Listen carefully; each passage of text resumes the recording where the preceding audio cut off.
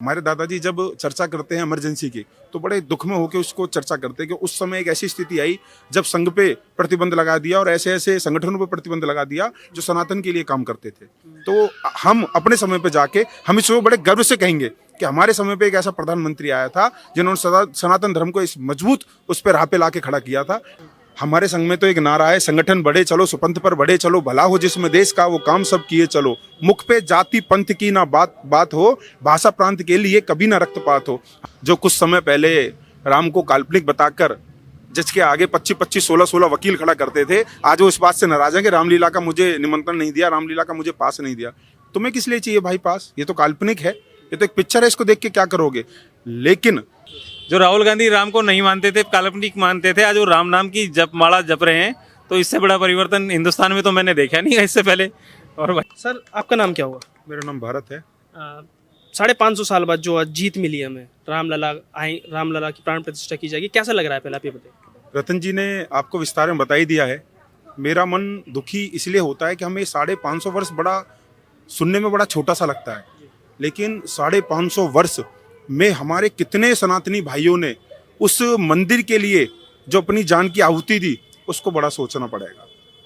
अभी हमें अशोक जी और जो अपने भाई थे, मैं कोठारी बंधु, और जो जो गुजरात में गोत्र हत्याकांड हुआ, जो आपने देखा, जो राम सेवकों को मारा गया, तो ये जो मंदिर है, यह मंदिर हमें समय समय पे उन सभी सनातनी जिन्होंने अपनी जान की आहुति दी है उनकी याद दिलाता रहेगा। क्योंकि यह जो अभी आज हमें मंदिर मिला है, ये ऐसे ही नहीं मिल गया। आज हम सबके लिए बड़ी सौभाग्य की बात है कि आज देश के यशस्वी प्रधानमंत्री श्री नरेंद्र मोदी जी ने यह भव्य मंदिर बना के पूरे विश्व को ही कहेंगे हम, राम तो पूरे विश्व के हैं, कि उनको समर्पित किया है। और हम सबके लिए बड़ी सौभाग्य की बात है कि हमने अपने जीवन में ये चीज़ हमें देखने के लिए मिल रही है। हम इसमें बड़ा गर्व महसूस करते हैं। हमारे दादाजी जब चर्चा करते हैं इमरजेंसी की तो बड़े दुख में होकर उसको चर्चा करते हैं कि उस समय एक ऐसी स्थिति आई जब संघ पे प्रतिबंध लगा दिया और ऐसे ऐसे संगठनों पे प्रतिबंध लगा दिया जो सनातन के लिए काम करते थे। तो हम अपने समय पे जाके हम इसको बड़े गर्व से कहेंगे कि हमारे समय पे एक ऐसा प्रधानमंत्री आया था जिन्होंने सनातन धर्म को इस मजबूत उस पर राह पे लाके खड़ा किया था, जहाँ हमें कहने में बड़ी खुशी होती थी कि गर्व से कहूँ हम हिंदू हैं। संघ को लेकर आरोप लगाया जाता है कि हमेशा वो देश तोड़ने की राजनीति करता है, आप क्या कहेंगे? संघ तो सनातन की वो जड़ है जिसने पूरे भारत में नहीं, पूरे विश्व में इस धर्म को कैसे विस्तार किया है, कैसे सनातन धर्म का विस्तार किया है। और संघ को मैं आपकी जानकारी में बता दूं कि आने वाले 2 वर्ष में संघ को 100 वर्ष होने वाले हैं।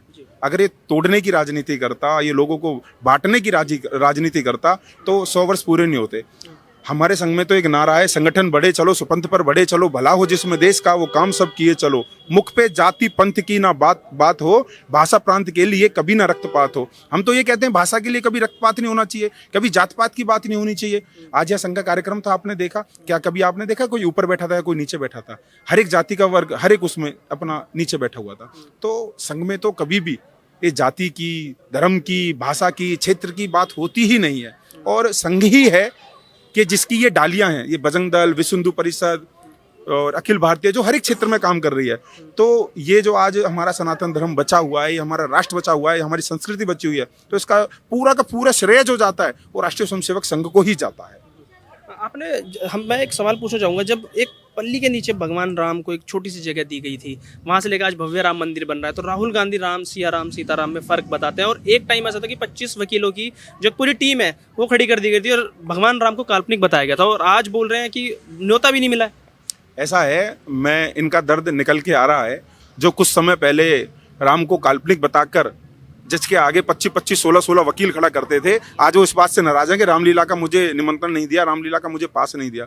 तुम्हें किस लिए चाहिए भाई पास? ये तो काल्पनिक है, ये तो एक पिक्चर है, इसको देख के क्या करोगे? लेकिन इस भारतवर्ष का हर एक सनातनी, हर एक हिंदू ये जान चुका है कि वह कौन सी पार्टी है जो सनातन धर्म और राष्ट्र के लिए सोचती है, और वो इसको चुन रहा है। और आने वाले समय में 2024 में जो चुनाव होगा, तो आप देखेंगे पुनः वह राष्ट्र में सरकार बनने जाएगी और सनातन के लिए कार्य करती है और करती रहेगी। आपने 2024 की बात की, तो आरोप लगने लगा है पहले से ही कि 2024 में क्यों उद्घाटन किया जा रहा है, चुनावी एक एजेंडा चलाया जा रहा है मोदी सरकार की तरफ से। ऐसा है, भाजपा ने हमेशा अपने मैनिफेस्टो में ये कहा है कि जब हम आएंगे तो हम राम मंदिर को, अपने प्रभु राम को एक सुंदर सा भवन बना के देंगे। और अगर ये राम मंदिर का उद्घाटन 24 से पहले नहीं होता तो यही विपक्ष चिल्ला चिल्ला के कहता है इन्होंने तो कहा था राम मंदिर बनाएंगे, राम मंदिर क्यों नहीं बना, इन्होंने तो कहा राम मंदिर बनाएंगे, राम मंदिर क्यों नहीं कहा। वो विपक्ष है, वो अपना कार्य कर रहा है, हम पक्ष में हैं, हम अपना कार्य कर रहे हैं। अभी आए दिन तारीख भी तो पूछते हैं भाई वो लोग। हाँ तो तारीख बता तो तारीख आज तारीख पता चल गई है तो उस बात का भी दर्द उन लोगों को हो गया है। दूसरी बात एक और है कि जो नास्तिक थे वो आस्तिक हो गए। इससे बड़ा परिवर्तन क्या देखोगे मेरे भाइयों। जो राहुल गांधी राम को नहीं मानते थे, काल्पनिक मानते थे, आज वो राम नाम की जपमाला जप रहे हैं। तो इससे बड़ा परिवर्तन हिंदुस्तान में तो मैंने देखा नहीं है इससे पहले। और भाई बताएं इस बारे में। और जो राम को काल्पनिक बताते थे ना, उनको ये जान लेना चाहिए कि राम की छवि वो है।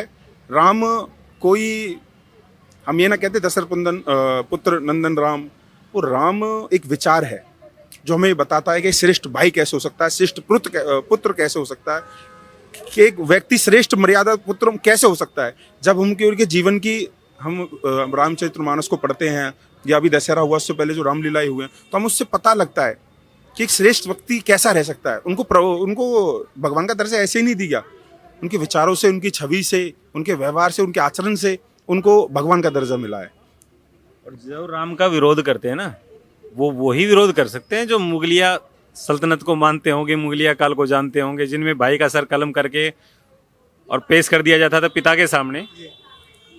वही मानते होंगे काल्पनिक। लेकिन हमारे तो दिल और सांसों में बसता है राम। इस सनातन संस्कृति और हिंदुस्तान की रग रग में राम बसता है मेरे भाई। जहाँ पे उनके पद चिन्हों को सर पे रख करके एक छोटा भाई लाता है और 14 साल तक उस शासन व्यवस्था को संभालता है।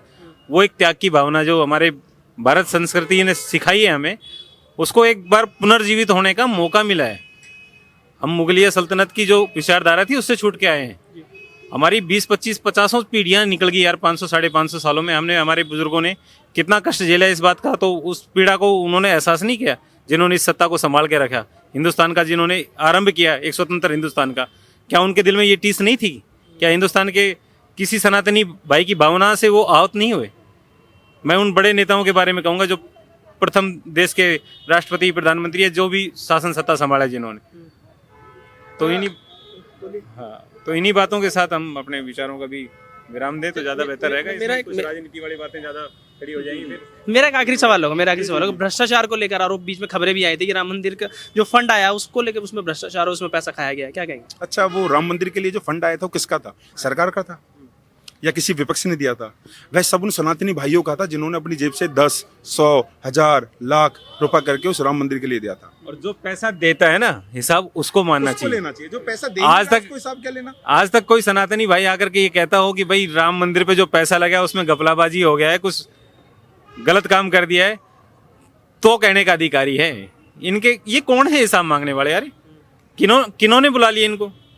इन्होंने 2 पैसे का सहयोग दिया नहीं, इन्होंने 2 पैसे की सहायता नहीं करी, इन्होंने कोई सहयोग नहीं किया राम मंदिर के निर्माण में, या कोई सबूत ला के दे दिया हो कि भाई राम मंदिर बनाने में ये चीज़ हम सबूत के तौर पे पेश करते हैं। इन्होंने तो काल्पनिक बनाया ना, तो काल्पनिक का भव्य रूप निर्माण हो तो रहा है ना, उस कल्पना को मूर्त रूप मिल तो रहा है ना। आज देख लें उसे कि वो कल्पना है या सच्चाई है। तो ऐसी बात नहीं है, भारत में रामराज भी आएगा, अभी तो शुरुआत समझो।